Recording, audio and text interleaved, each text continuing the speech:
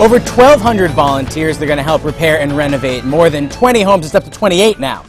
28. That's something in Springfield, from Hancock Street to Eastern Ave this Saturday. Joining us with more about Revitalized Community, we have Colleen and Ethel. It's a new name, similar colors.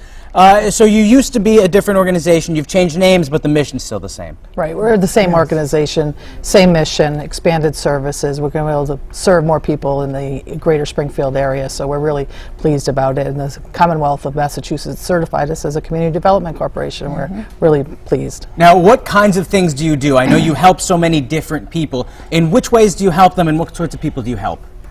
Well, we have those that can't help themselves. And so we have the veterans, senior citizen, family with children,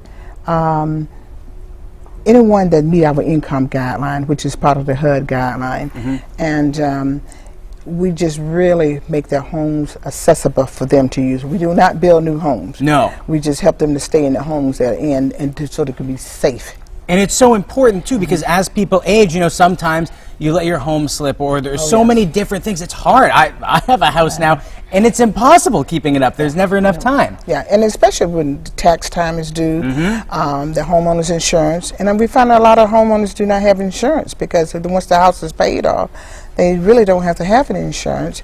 But right now, they can't get around the house. It's very unsafe, unhealthy, and we really stress a lot on healthy homes. So we have coming up the 3rd annual Volunteer Green and Fit Neighborhood Build. What's it all about? What are you doing, and how can people get involved? We're on King Street this year. We're working on over 28 homes, and we're cleaning up some vacant lots, and we are doing everything from roofs to solar to windows to painting to landscaping. There's a job for anybody who wants to be a part of it, let me tell you. And I can speak from experience because I have a very few skills when it comes to home renovations.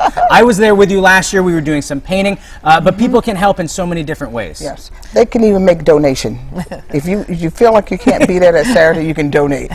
But you're raking the yard, planting flowers. You'd be surprised what that would do to a street. If you just plant the flowers, rake the yard, just paint just a little bit on the porch. You don't have to be an expert on that. Well, and it makes you feel better. It's funny. My wife and I were just talking this weekend. We put some just simple bark mulch down.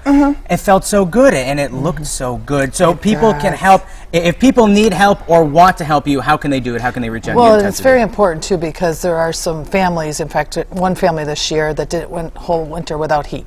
So they used an electric space heaters, and we're in the process of trying to get a new furnace for this gentleman. And he's elderly. He's well into his 80s. So people can go to our website at revitalizedcdc.com. They can register to volunteer. They can make a donation, or they can do both. So registration closes this Wednesday. Get on it. Yeah. So Saturday is the whole day of volunteering, and we're keeping our fingers crossed for good weather this year, because last year it poured rain, but we still had 900 people show up. I'll tell 22 News Storm Team meteorologist Jennifer Pye. Thank you so much for stopping by. You're doing great work in the community, revitalizing it one neighborhood at a time. More information at revitalizedcdc.com. And still to come.